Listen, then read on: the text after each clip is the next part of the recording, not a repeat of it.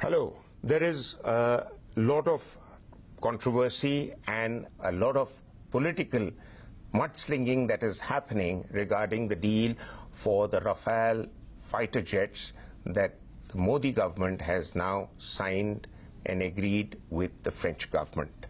The first thing to understand is that this is a government-to-government deal. And in government-to-government deals, there is no role for middlemen.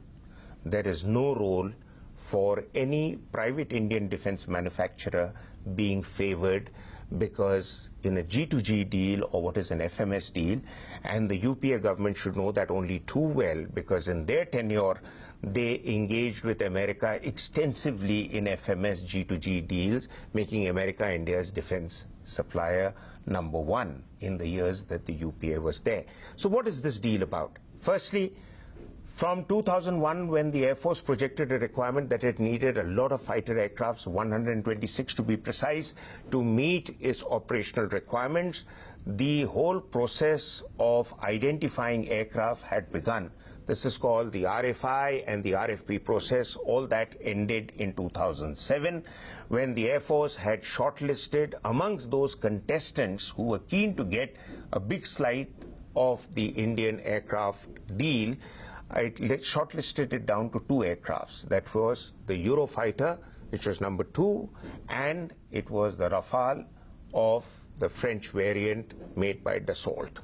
Now, what did the Air Force want? The Air Force wanted a fighter aircraft that would be multi-medium role combat aircraft, which would have capability to operate from India's high-altitude mountainous air bases to the desert air bases and to other terrains which make up the Indian operational theatre.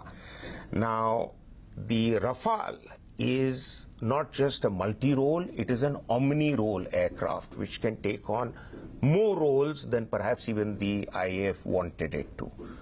All aircraft variants that are bought by India traditionally, there is at least a squadron, that is 18 aircrafts that are bought completely ready to go to battle, and the rest are brought in various forms like SKD and CKD variants and eventually manufactured here like the Sukhoi.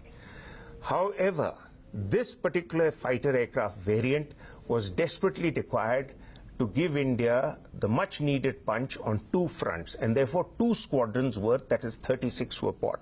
Now the Congress-led UPA opposition is alleging that they had done a deal which was much cheaper.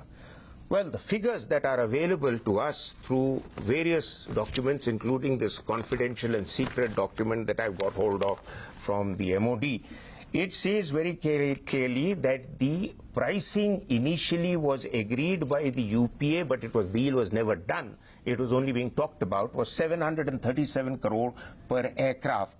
The deal that was finally clinched by the NDA was for a 670 crore per aircraft deal, therefore giving a total saving of much more than what the NDA was able to bring to bear per aircraft. That's almost 67 crores.